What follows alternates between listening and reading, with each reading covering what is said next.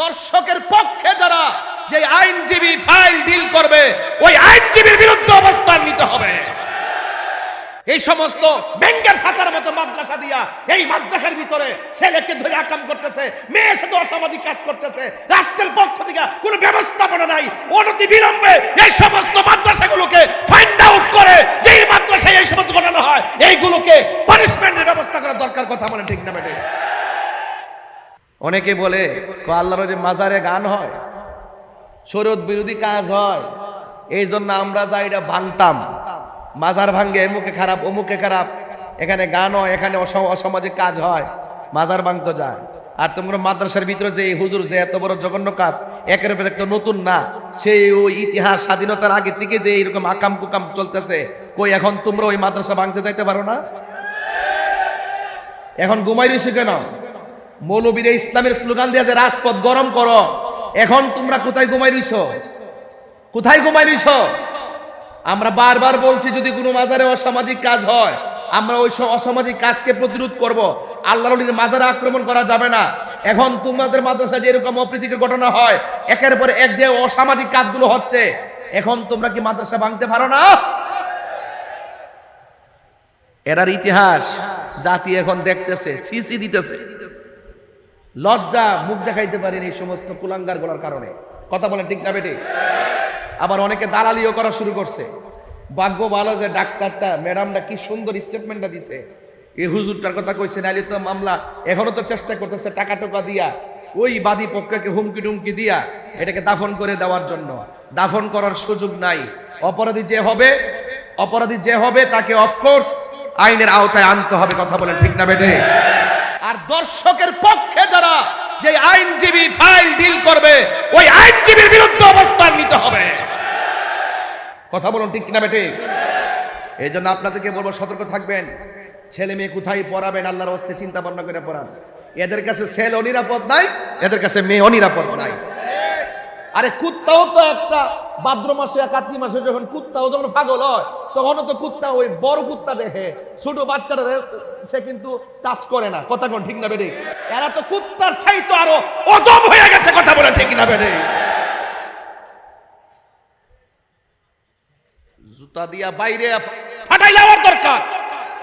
এই সমস্ত বেঙ্গের ছাতার মতো মাদ্রাসা দিয়া এই মাদ্রাসার ভিতরে ছেলেকে ধরে আকাম করতেছে, মেয়ের সাথে অসামাজিক কাজ করতেছে, রাষ্ট্রের পক্ষ থেকে কোনো ব্যবস্থাপনা নাই। অনতি বিলম্বে এই সমস্ত মাদ্রাসাগুলোকে ফাইন্ড আউট করে যে এই মাদ্রাসায় এই সমস্ত ঘটনা হয় এইগুলোকে পানিশমেন্টের ব্যবস্থা করা দরকার। কথা বলেন ঠিক না বেটে?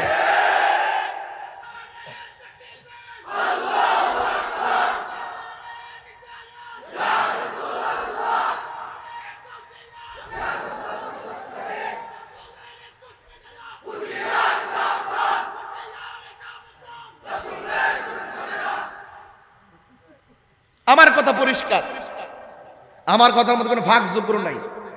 কে কি কইব না বলবে এটা শোনার টাইম তাহিরিন নাই। এটা পরিষ্কার কথাই।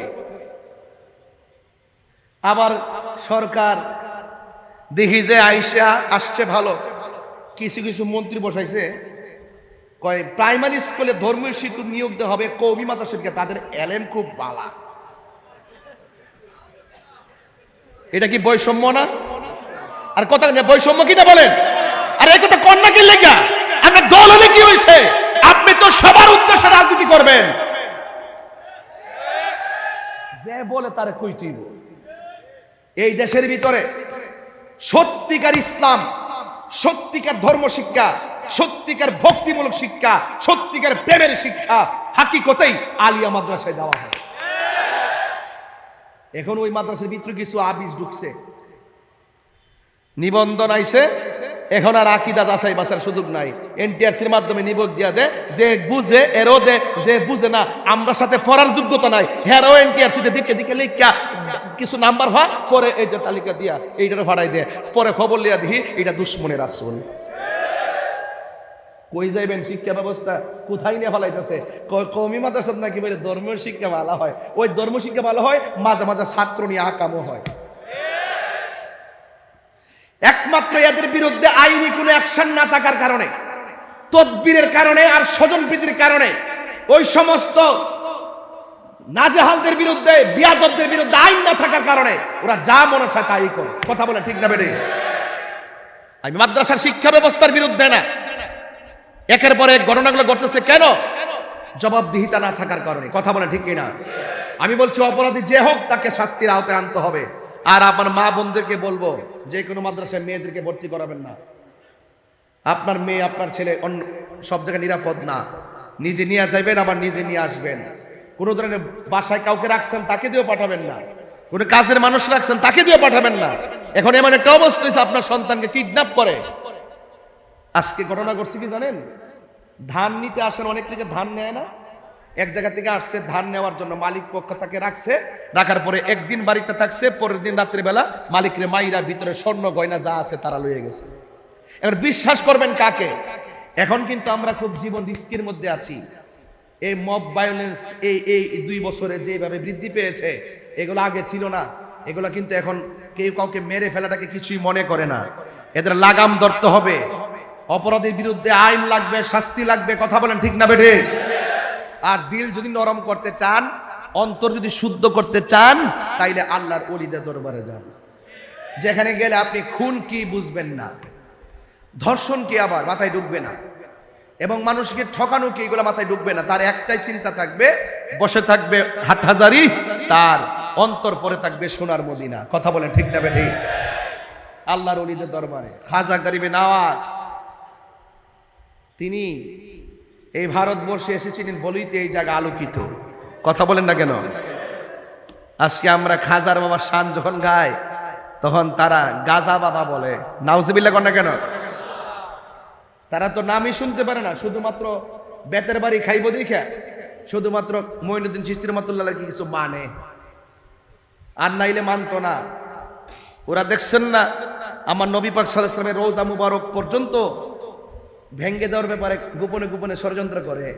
আবার কি বলে জানেন? এটা স্পষ্টতার জায়গা, নাইলে এটাও ভেঙ্গে ফেলা হতো। কত বড় বিয়াদব দেখছেন?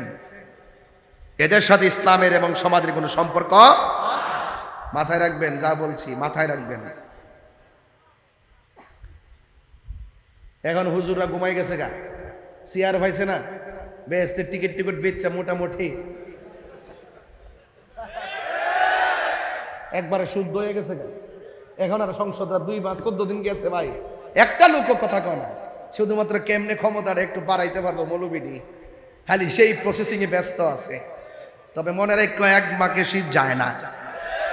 কথা কি সঠিক না বেঠিক বলেন? আহলে সুন্নাতুল জামাতের 65% কে মাইনাস ফর্মুলা রাখা তোমরা মনে করতেছো তোমরা তেল মাথা তেল দিয়া বেশি দিন টেকসই হয়ে যাবে গা। আল্লাহর ধরা কিন্তু নরম না, খুদাই গজব নাই মাইব। কারণ কেন? তোমরা 2 বছরের ভিতরে 97টা মাজার ভাঙছো।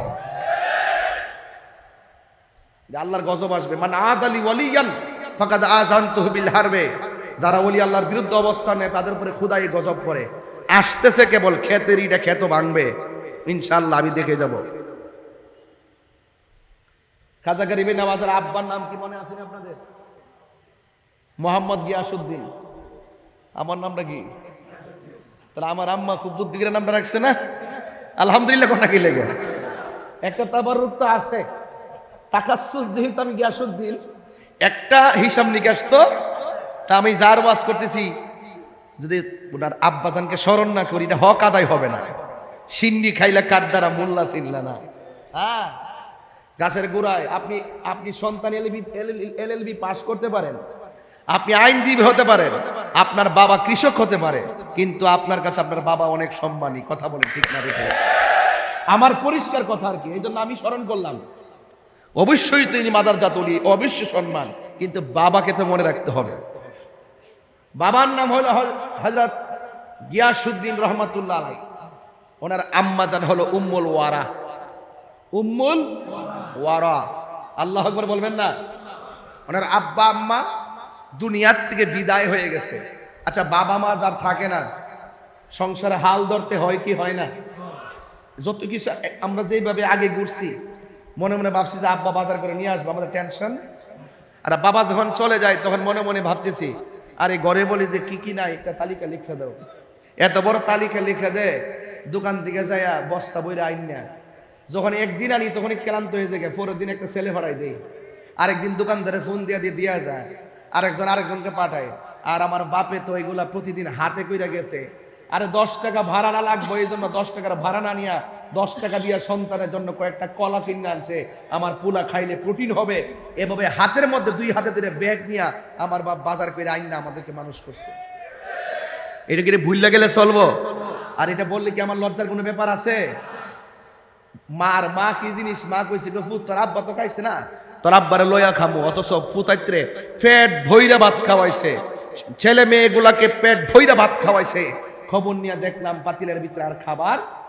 এটার নাম মা বাপ। এই জন্য আমি মা বাপকে স্মরণ করলাম। আলহামদুলিল্লাহ জোরে বল। বাবা মা যখন চলে গেছে, সংসারের হাল তো ধরতে হয়। কিছু জমি জামা ছিল, হযরতে মুঈনুদ্দিন চিশতি রহমাতুল্লাহ আলাইহি ওই বাগানের মধ্যে গিয়ে পরিচর্যা করতেছেন, আর যা উৎপাদন হয় তা দিয়া সংসারটা চালায়।